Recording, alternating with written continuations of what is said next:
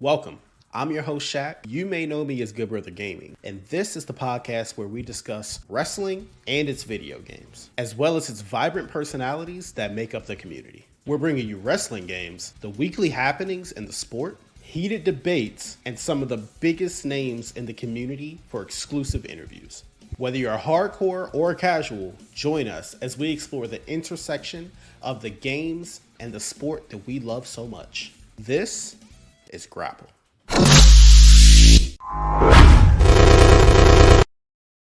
All right, and the moment is finally here. After all of that, we finally got to talk to Top Dolla. Thanks to WWE and 2K for making that happen. I played a little bit of 2K23 with Top Dolla on Wednesday night, I believe. We did the whole hit row thing. We did war games with hit row. We just ran twos, smashed everybody. We didn't smash everybody. We actually got our asses beat quite a bit, but that's okay. We won 2 out of the 8 that we played, but that's not the point. I played WWE 2K23 with Top Dolla. It was fun. I got the interview. We're getting into the interview. Let's think about the interview. Let's go.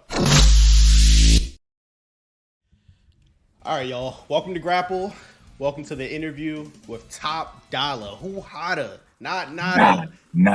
Exactly. Pioneer City. Stand up. Represent hit row. All right, man. So you've been in so many video games, you know? Yeah. Like you're in the WWE 2K23 video game now. Yes. How do you feel about that? It's really been a blessing, man. Like, I grew up, I'm a lifelong gamer, man. Like, first video game I was in, I think it was like NCAA 09. For all the times I was in NCAA, they had to cut the check post haste. They didn't pay us at the time, but they eventually did. Shout out class action lawsuits. And then, I was in Madden every year. I was in the NFL, so that was 6 years. So this is actually the 10th video game that I've been in. And it's the coolest because the other ones, I'm just another guy on the field. This is like me. And the coolest part about it all is like, I wrote the theme song for Hero. So like hearing that on the game, I came up with all my moves, and some of the moves I've only done once or twice ever on WWE TV. And somehow they figured out to put those moves in the game, like my finisher. I'm just so grateful for everything that 2K did, man. That's beautiful, man. I love to hear that.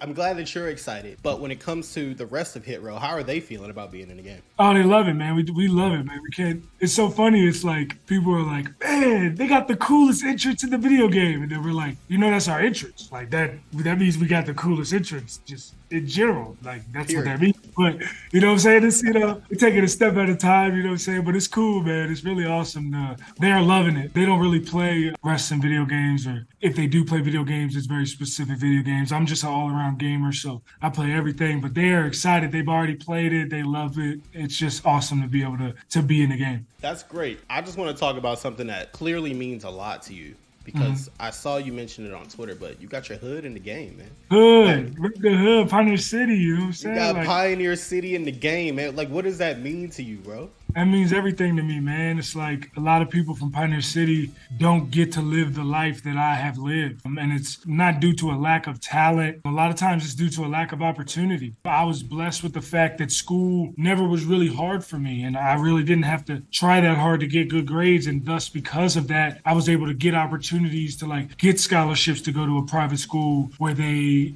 get major recruiting from colleges. And then I get a chance to go to college, and I play well in college, and I get a chance to go to the NFL. After 6 years in the NFL, knowing that WWE loves pro athletes, like getting an opportunity to immediately go from in 2018, I ended my football career. I spent 2019 training, and then January 2020, I signed in WWE. So like being able to do all these things, I'm so blessed, and I'm able to show my people back home in Pioneer City that you can do it too. Like I'm blessed with a lot of gifts, size, athleticism, the gift of gab, but like I'm not the only person, from Pioneer City that has these gifts. I'm just the only person that's been able to take full advantage of them every opportunity that I get. And like for those little kids that are living in those circumstances now, to see me in the game, see me rep my city, it gives them hope. It gives them the idea, man, I can do that too. Because I was blessed with the fact that, my parents told me that I could do anything. But a lot of people have people in their lives that doubt them, and that doubt can seep into your mind and make you believe that you can't do things that you really can do. So I just want to be a beacon of hope to my people. I love to hear that, man. I'm from Baltimore myself. You know, I see you got the 410 on your arm. Oh, yeah, no. right? I got the O-ray. I didn't finish mine. It's coming. It's coming. I promise it's coming. But like being from Baltimore, like what was your experience like coming up, man? Man, it was, first of all, Baltimore is a really great wrestling town. A lot of cool wrestling things have happened in Baltimore, the formation of NWO being one of them. There's a lot of really cool Baltimore history in wrestling, and just growing up in Baltimore, it's a tough city, man. Like you got to get it how you live, and you got to be able to persevere. And it taught me, perseverance through, the toughest of times, and like having the benefit of having self-belief and what that can do for you, because I've been doubting my whole life of the things that I was trying to do, and I've been able to do everything that I've ever wanted to do. So to be in the position that I'm in now, it's a product of where I grew up and believing in myself and working through tough times, and like, as they say, stacking bricks. Like you can stack bricks, you can stack a whole level of bricks and it looks like you ain't did nothing, but if you do that for a couple months, saying all of a sudden you're here. And it's really a mindset that you get coming from the city. I love to hear that, man. Like you really put on for the city, and we appreciate you. You got the Pioneer City on your jacket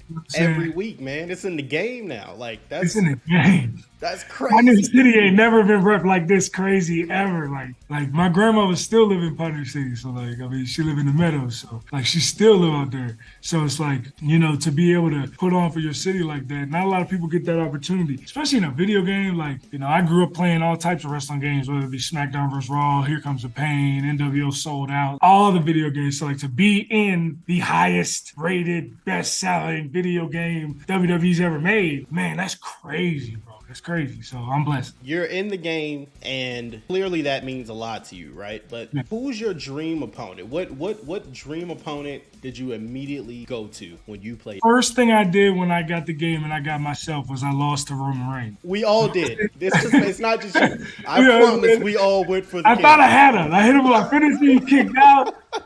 I worked it up, got him another signature, hit him with another finisher, he kicked out. Then he speared me twice, Superman punch, and then he didn't even give me the common courtesy of pinning me. He put me in a guillotine, and I just couldn't get out of it, man. He put me in my place. That was the first thing I did, was lose to Roman Reigns when I got myself in the game. Look, you're not the only one. Like I said, that's what everybody did. The day the game launched, if you go to Twitter, everybody is getting beat by Roman Reigns on day one. It's just like real life. If anything, that's just a testament to how accurate 2K is. He's a tribal chief, man, the head of the table. Just trying to get, swim around the island of relevancy. That's all. So the other night, me and you played War Games together, right? If you could add 2 more people to Hit Row for a War Games match, who would it be? First of all, I would only add 1 more person because I would make it an intergender War Games match so B-Fab could get in there too. I like how you did that. Yeah, so we get all the Hit Row in there. The other person I would add to a War Games match, if you're going to be with Hit Row, you got to be musically inclined. So there's options. We could go all the way back to the Honky Tonk Man. We could go Rick Boogs. We could go Elias. There's a lot of options, but the answer is John Cena. The answer is John Cena, and that's we put John Cena with Hit Row, we make hit records, and then we go out there and make hits in the ring. So the he went platinum. I'm just saying he went plat. You know what I'm saying? The man got it. So man, speaking of that, forward to that collab. When's the album dropping, bro? Come on, man. When's the album? I'm working on something right now. Pretty cool. When we did I did Shade 45 and freestyled WrestleMania weekend, and it was crazy. So much so that DJ Who Kid was like, "I want to work with you." So like me and Who Kid got something cooking right now, just cooking up a little bit with the legend Who Kid. And then the Hit Row album, we've been working on that for a while. Thing about music is not about the music's gonna be good. Like you heard the intro song, like we made that in my house, just like we're making the Hero album in my house, in my studio. But it's about timing. It's about the right timing of putting things out. You know what I'm saying? Like the album could be done right now, but if it makes sense to release it in September, then you wait till September. That's just how you do with music. So a lot of times when artists release albums, most of the songs on the album are 6 months to a year to 2 to 3 years old.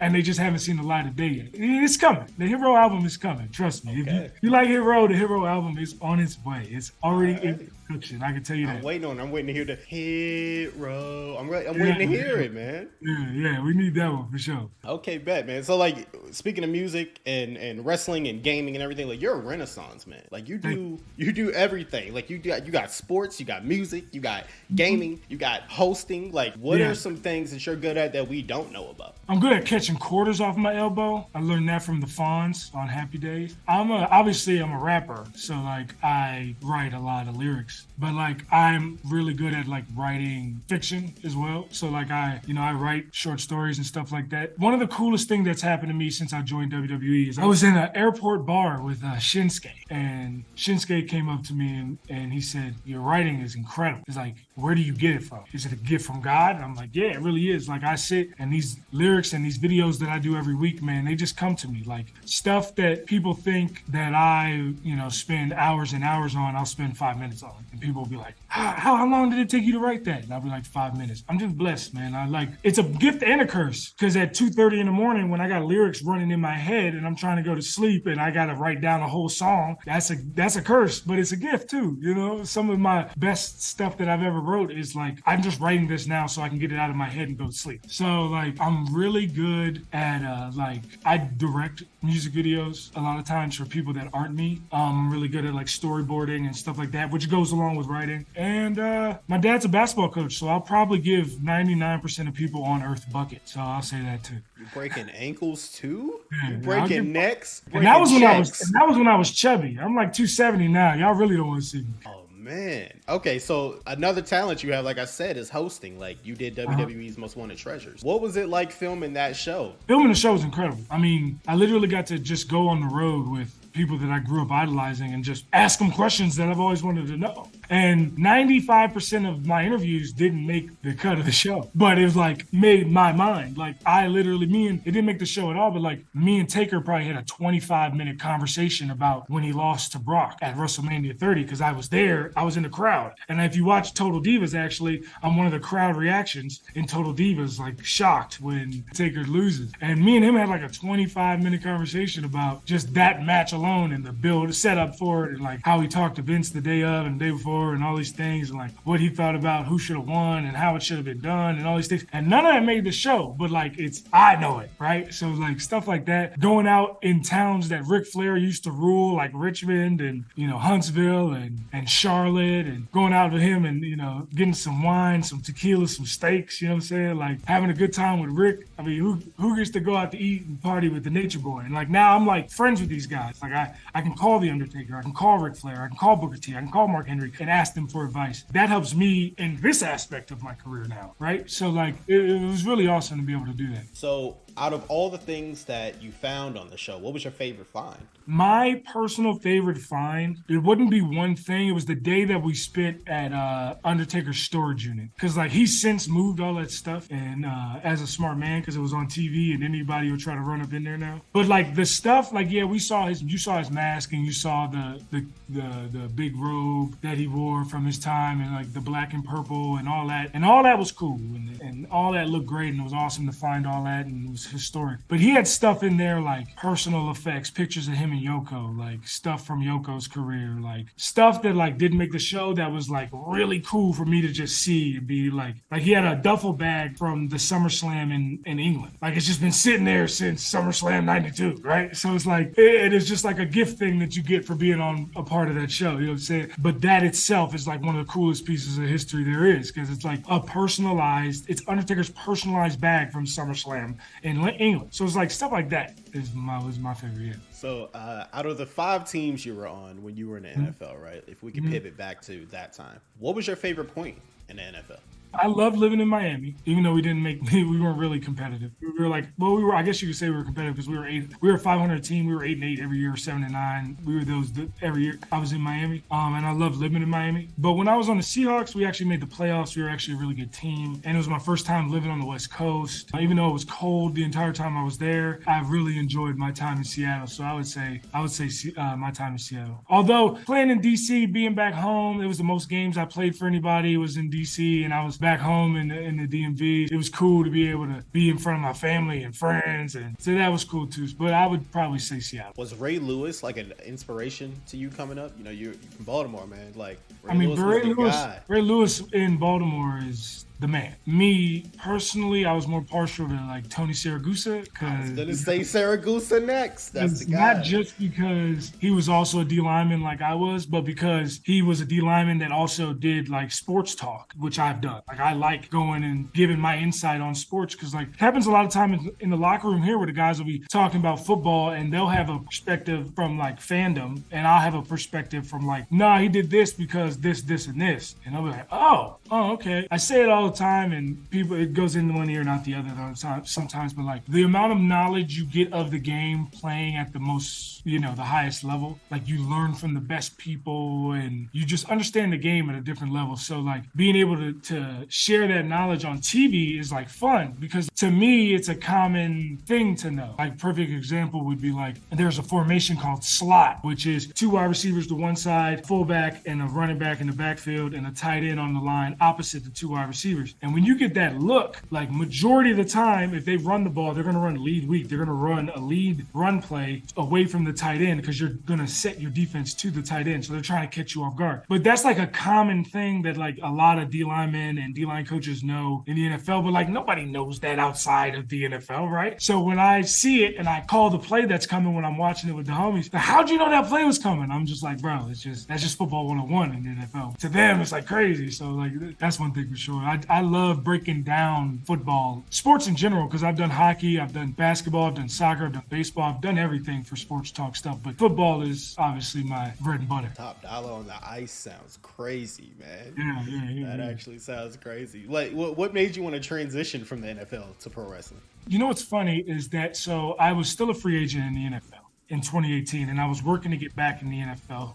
My buddy Mike Busey, he throws this crazy Halloween party, and he has like wrestling matches at it. And he was like, yo, just come be in it. And I was like, all right, cool. So I come, and I'm like in a battle royal, and they put me over, and I win the battle royal to be the new number 1 contender or whatever. Your debut? My debut, you know what I'm saying? 6'5", at the time I'm 6'5", 330 NFL player. Yeah. Give me the Lawrence Taylor push, you know what I'm saying? So I win the battle royal, and then I go to the back, and the guys in the back are like, hey, man, so where's your home promotion? I'm like, nah, man, like I don't really wrestle. They're like, oh, so where'd you train at? And they're like, nah. I'm like, nah, man, I've never trained. I just know how this is supposed to look. I'm really big and athletic. Like I know that it's easy for me because I'm the big man. Like that role is easy to play. They're like, I ain't telling you what to do because you're an NFL free agent, but you should probably look into wrestling. And these guys are like 10-year vets at this point, right? So I'm like, damn, I've always wanted to wrestle. I know that I want to go to WWE after I'm done with the NFL anyway. I'm not on nobody's team. Let me just start training. So I go to Team 3D Academy, train with the Dudley Boys. While I'm there, I actually get a call from the Browns and the Raiders to be like, yo,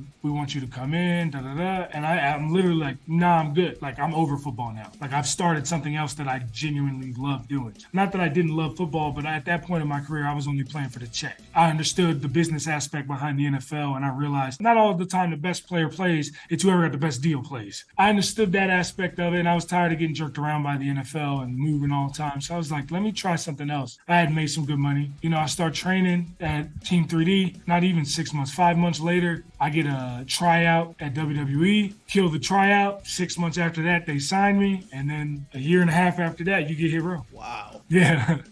I can't imagine like making my debut and then everybody's in the back like, yo, that was fire. Best thing about Hip Bro is that there's no weak links. I can go, if you want me to cut a 2-minute promo, I can. If you want Brianna to cut a 2-minute promo, if you want B-Fab to cut a 2-minute promo, she can. If you want Ashante to cut a 2-minute promo, he can. So when we do it all together, it's crazy, especially the way that we do it, because anybody can cut a promo, but making it sound like a rap. Like we'll come in and they'll be like, can you make a rap? Like we'll come in day of the show and they'll be like, can you make a rap for today's segment? We'll be like, yeah, sure. And we'll go and we'll make it. And then they'll be like, wow, that was great. Meanwhile, it took us 30 seconds to come up. Or I literally sometimes in rehearsals will be freestyling in rehearsals and then use that on the show later. Like use some lines I just came up with off the top of my head in the show later. We do stuff like that all the time. It's cool for us, man. But the thing that I like the most is that the boys and the girls in the back, they're like, yo, that was cool. You know what I'm saying? Like, it's cool. Like, we know it's cool, but like to get that validation from your peers is like when Bailey goes on radio stations and says, Hit Row got the coolest entrance. That means a lot to us. It shows that we're garnering the respect from our peers. And that's so important in this business for sure. So when somebody picks up the game, they download the Hit Row DLC, they play as Top Dolla. Mm-hmm. What is something they should look out for when they're playing as Top Dolla in WWE 2K23?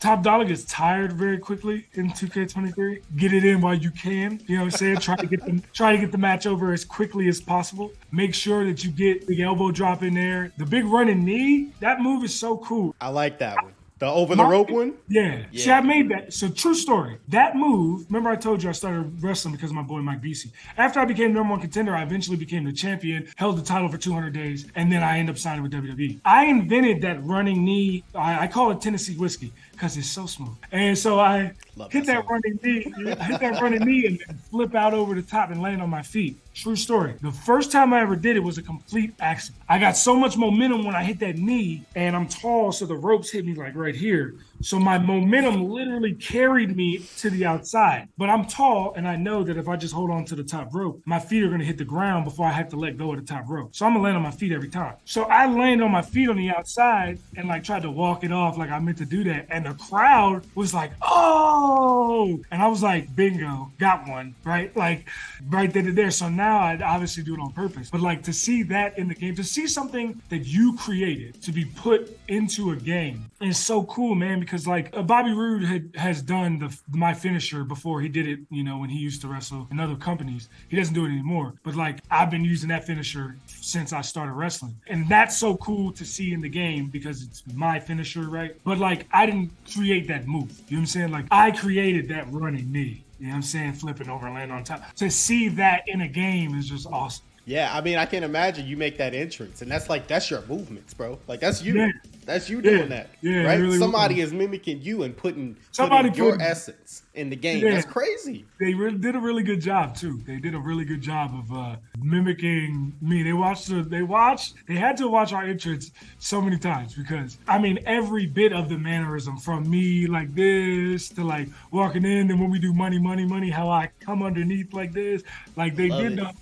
It was awesome. It was awesome, and I couldn't believe it was how well it looked. And it's not just for me. Even like when Ashante's doing this, when he's coming around and B Fab doing her stand up, like her putting her leg over top. And it's just such a good shout out to the mocap team. Shout out to them. You know what I'm saying? Shout out to mocap. There's a lot of WWE superstars that play this game. Mm-hmm. Everybody's got a Twitch channel now. Everybody's on Twitter challenging people and everything. Oh, yeah, I'm going to give you an opportunity to make a call out right now. Mm-hmm. Who are you calling out right now on the spot? I believe Shayna Baszler is the up, down champion. Okay. I like championships too. Ashante got a shot at the championship in a different game. I think it was called like Knight's Court or King's Court or something like that. It's a sword fighting game. He lost, unfortunately. I ain't never got my shot. You know what I'm saying? I game just as much as anybody. That's a chance to avenge your boy, too. Yeah, and it's a chance to avenge my boy and put Hit Row on the map. Could you imagine Top Dolla's up, down champion? With more gold? That's crazy. Like, just imagine it right here. Just imagine it right here. With the chain still walking out. But right here, you know what I'm saying? So I would say Shayna Baszler. And we can do female match. We can do a male match. We can do whatever you want. I want a title shot. That's all I want. Okay. All right. Hey, look, if you want to run twos again, we can do it. Tell her to grab a partner.